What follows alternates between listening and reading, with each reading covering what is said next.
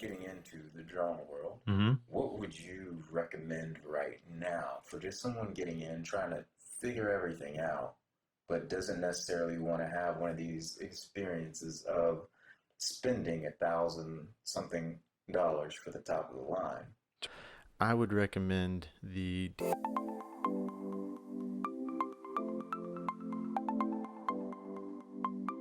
Welcome back to the B&E Project. Where we're here to help you break and enter into the creative world by discussing the latest tech And topics of 2019.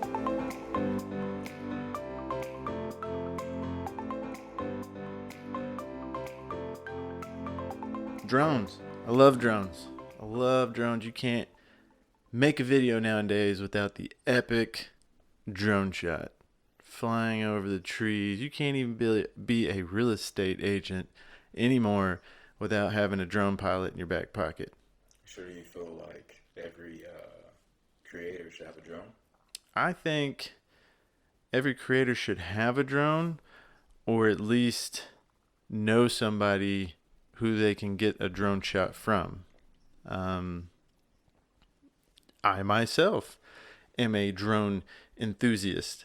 And I only have one. I've only ever bought one. Only needed one. And knock on wood that I don't wreck it because I don't want to lose it. But,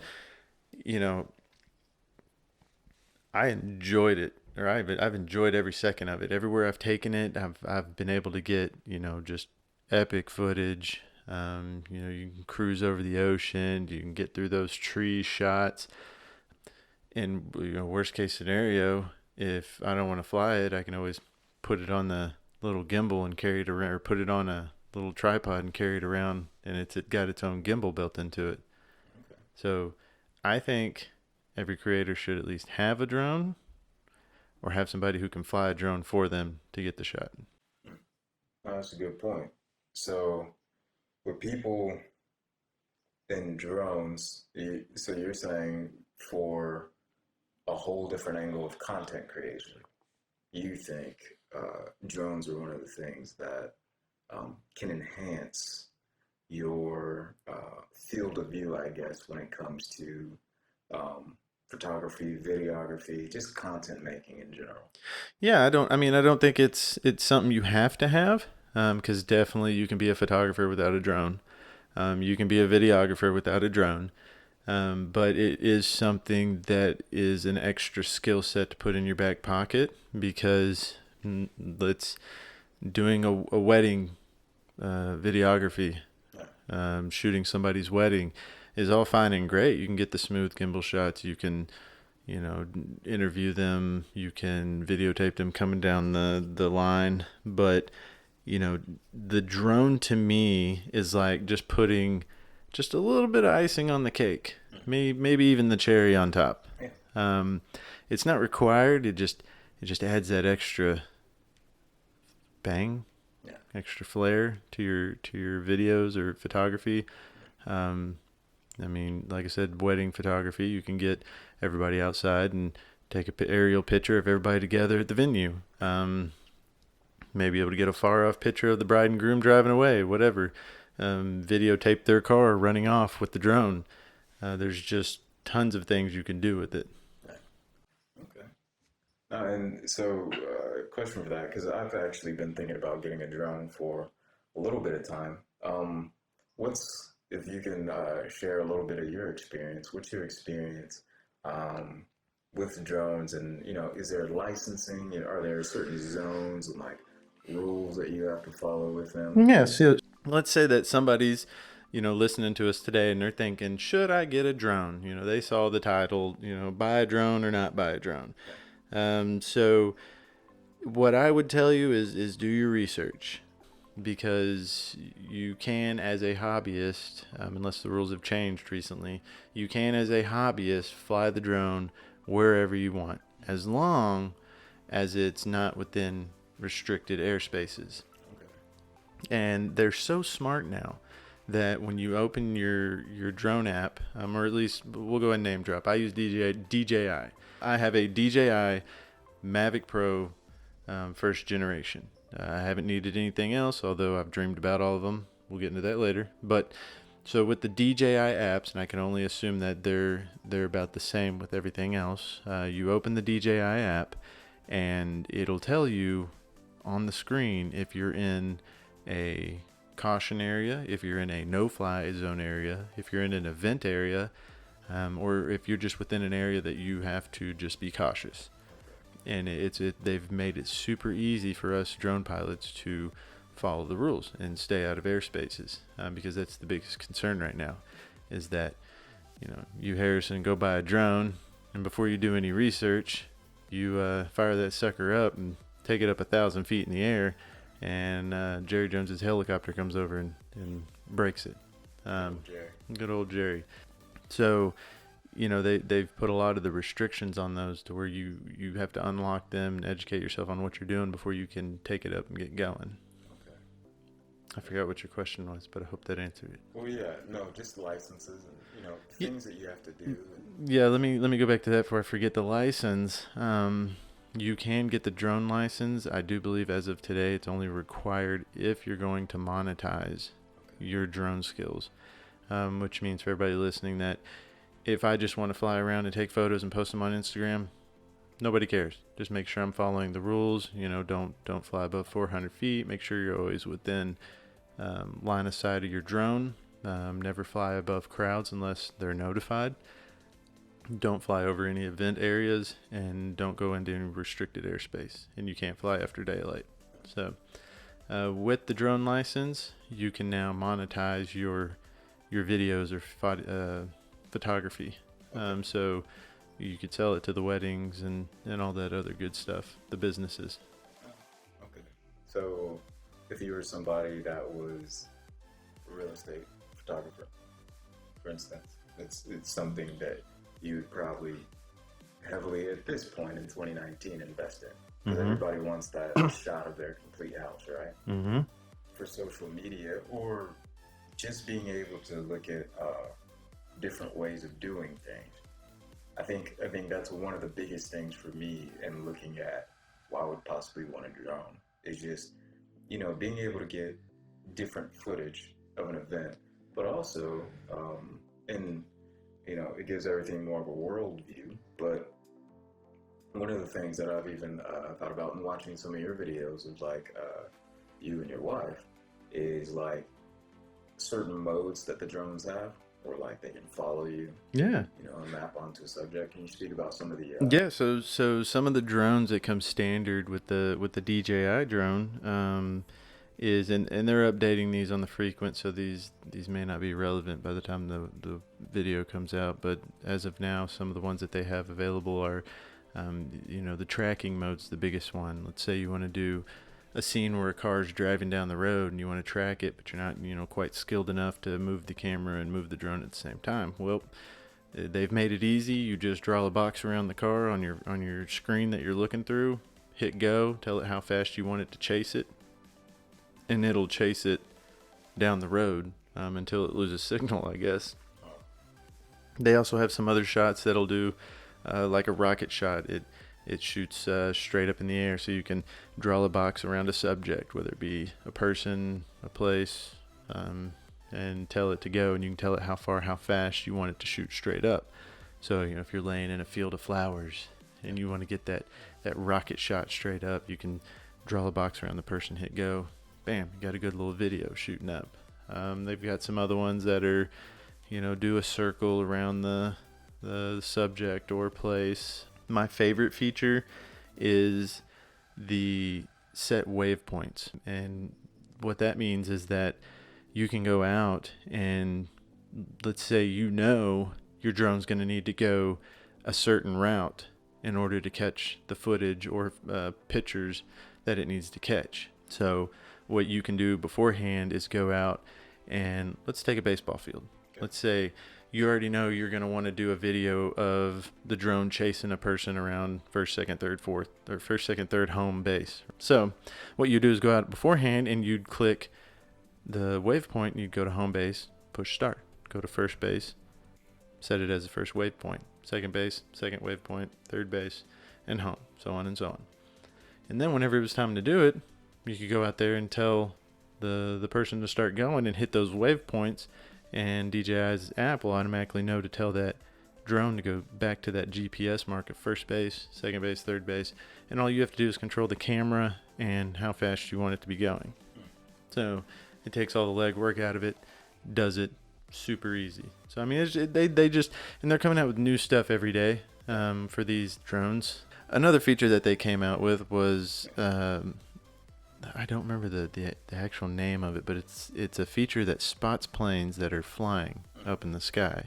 So what this means is that if you're out at the lake and you're flying your drone and you're in a clear area and you're cruising around the lake at 300 feet and another plane's coming by, well, that plane is going to show up on your app and it's going to tell you where it's at, what direction, how high it is. Oh, wow. And so that way you as the smaller vehicle can take or you as the unmanned vehicle can take certain precautions to stay out of the way of that airplane. So I think that's a really cool thing, and I applaud DJI for coming out with those kind of applications to these drones.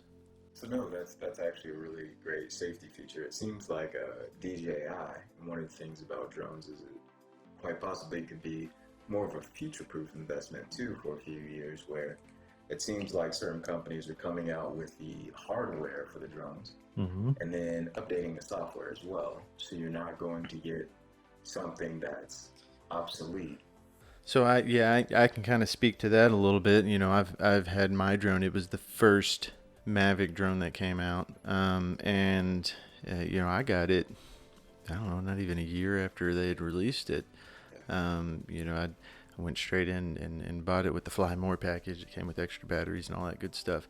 And here we are, the Mavic's been out for 3 years, something like that. So it's still relevant, still takes great pictures and video.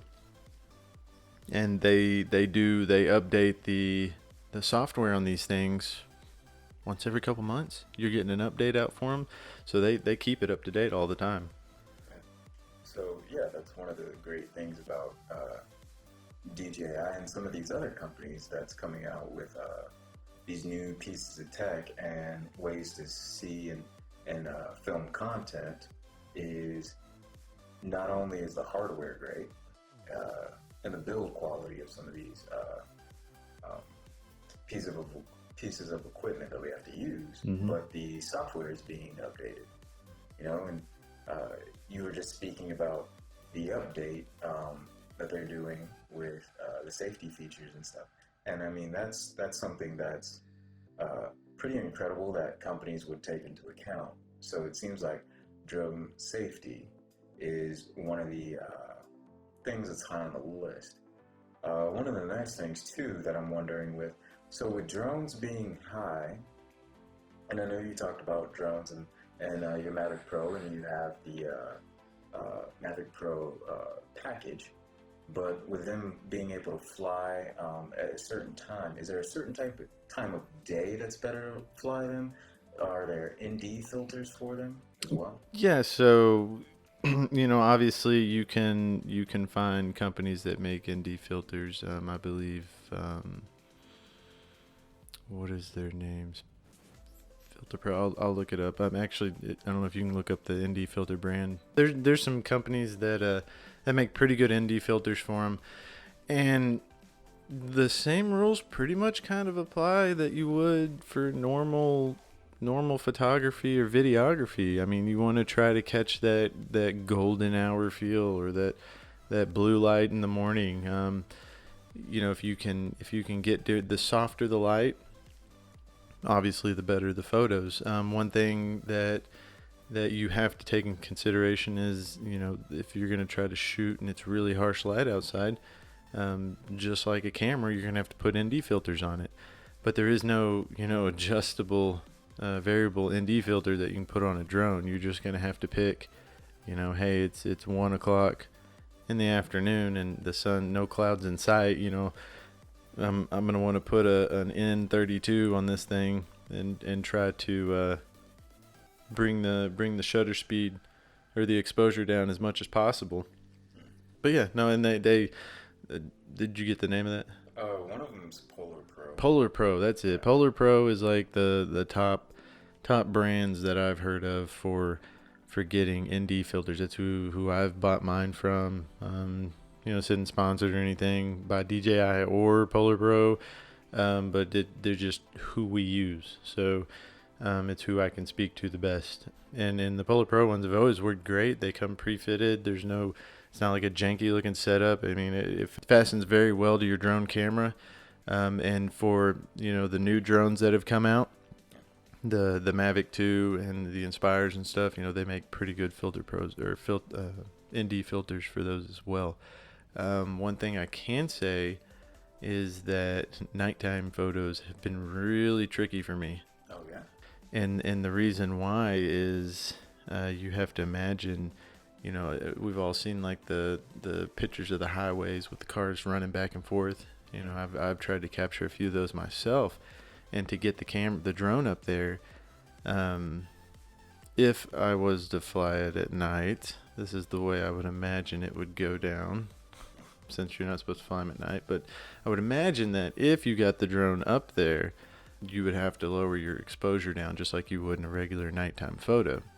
So the problem with that is that shutter staying open longer, like we talked about in our last episode, can cause, or in the episode of the camera settings, can cause a bunch of motion blur in your photo. So those drones don't sit still very well. Yeah. The gimbals work great, and they look like they're very smooth, but the actual drone, has a little bit of movement in it. So when you try to do those long exposure pictures at night to capture those photos, if it's any kind of windy, it makes it really hard to get that crisp, clean picture.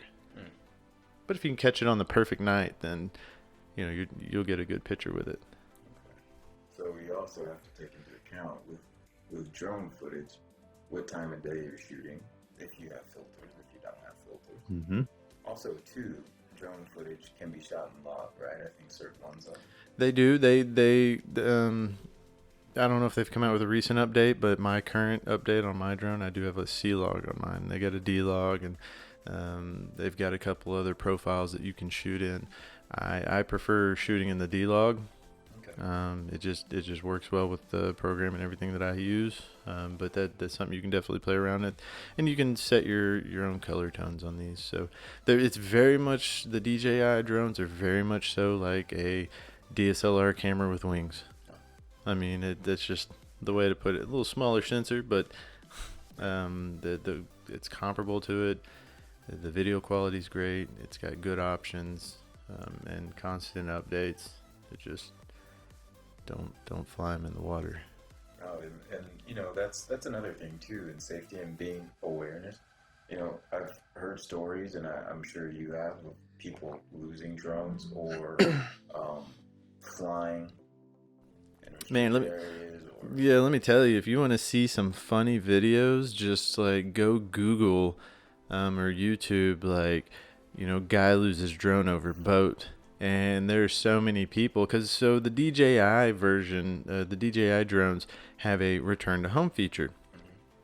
Now, I don't know how all the other drones do it. I'm assuming they have some sort of return to home feature, but with the DJI drones, whenever you take off with them, they take they capture the GPS of where they took off at. So, if they took off from this table and we go flying off over the neighborhood over here, and we lose signal, whether it be it went too far or, the remote died or whatever, as soon as that drone and remote stop talking to each other, that drone goes, time to go back home, and it remembers where it came from, and it'll land within a foot or so where it took off. So, these guys who go out on the water and they'll be on a boat, they'll take off with the drone. The drone remembers that GPS location, not the boat, it's just the location. And so they'll drift, 10, 15 feet with the current, and something will happen, and they'll hit the return to home feature. And that sucker will start coming back home. And then they'll realize as it's coming home that, oh no, it's going to land over there. And so you'll see these guys either trying to get the boat over there to it before it goes into the water, or they'll straight up jump out of the boat and start swimming. And 9 times out of 10, they'll get right within finger grasp of touching the drone, and then it just bloop right into the water. Oh man. Yeah, it's great. And that's I think a big thing for drones is we're wrapping up right now with just drone safety and things like that because these things aren't cheap. One of the things that I'm looking at is probably one of the top of the line drones that's out right now with the DJI Mavic 2 Pro drone. Mm-hmm. That's priced at $1,500 right now. So if you're imagining for some people, right, these guys are on their boats and they're diving like this. Oh yeah. And it's literally like money going into the ground. Or people that drive drones, too close to a building and something happens. If I'm looking at the what is it, DJI Mavic Air, that one's right now on Amazon for $734.50. But if something like that happens to that drone, that's how much that costs. For your drone, however much it costs you, that's how much that you're looking at. Like, man, I just lost this money. I just lost $700 to $1,000. Yeah, well, I think the one that I got when I got it was like $1,400 with the package and everything, and that was with the protection plan and all that good stuff. But I think you're talking about watching money jump into the water. I believe, or at least my protection plan was it covered anything and everything that could happen to it, except water.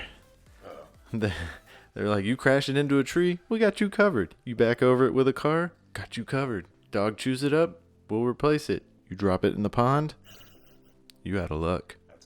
That's a wrap. I'm buying another one.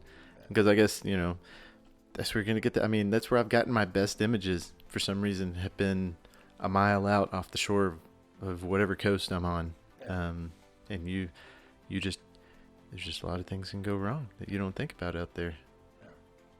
Yeah, and that's, I think for me, right, it's a cautionary tale, right? Because with every piece of equipment, like with lenses and cameras and, interchangeable lenses and taking those off and,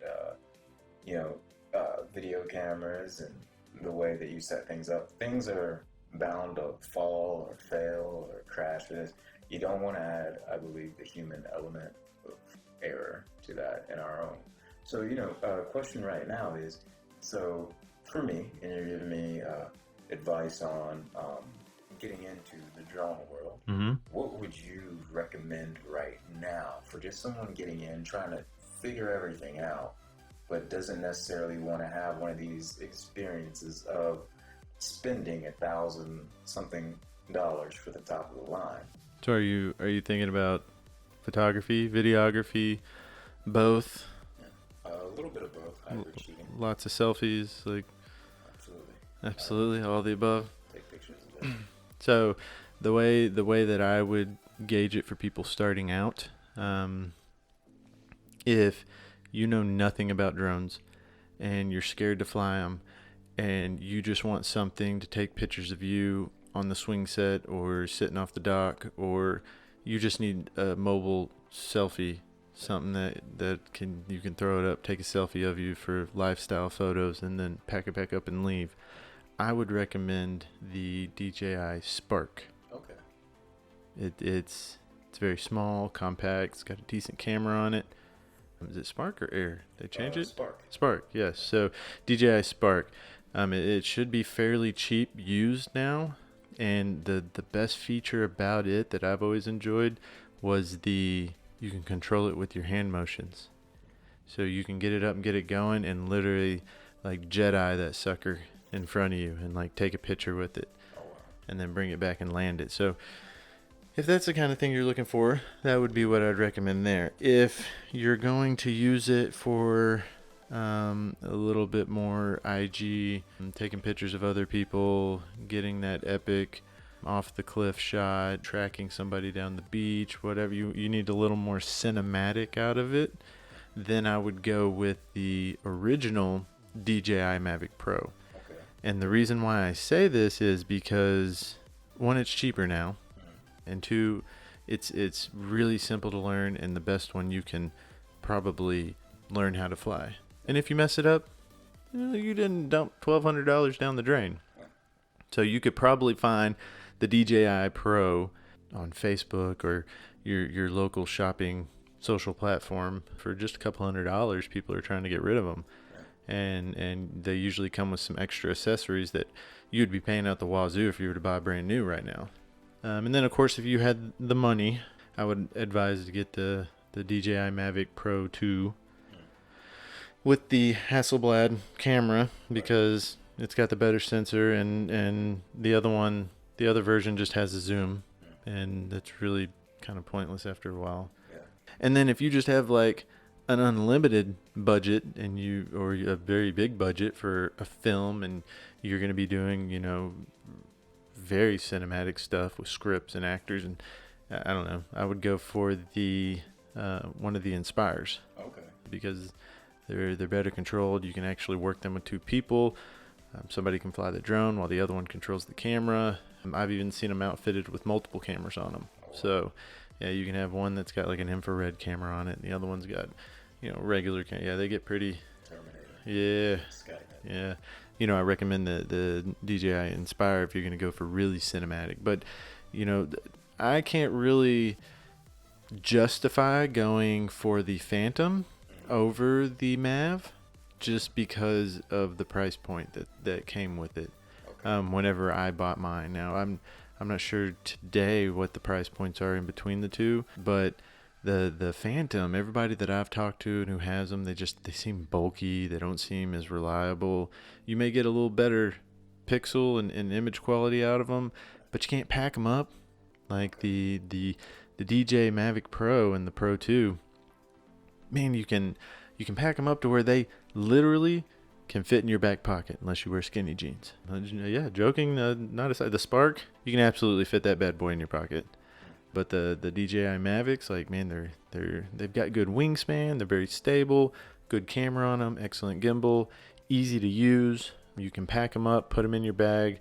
They take up little room and weigh very less, and easy to get through airports and everything. Hands down, that'd be the one that I'd go with.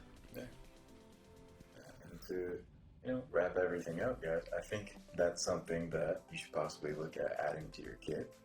We'll probably have some links below to some of the equipment that we're talking about today. Yeah, I can link some of the drones that we use and some of the cameras and stuff that we use with ours for everybody to look into.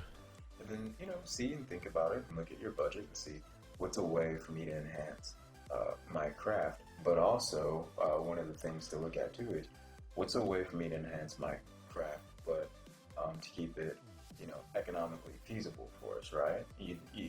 You kind of want to go within your budget with certain things, especially if it's something that's kind of like niche for you. So for me, it would be more of like, it would fit into a smaller category of the content that I'm developing, but that would probably make me lean more towards like the first Mavic Now or the Spark.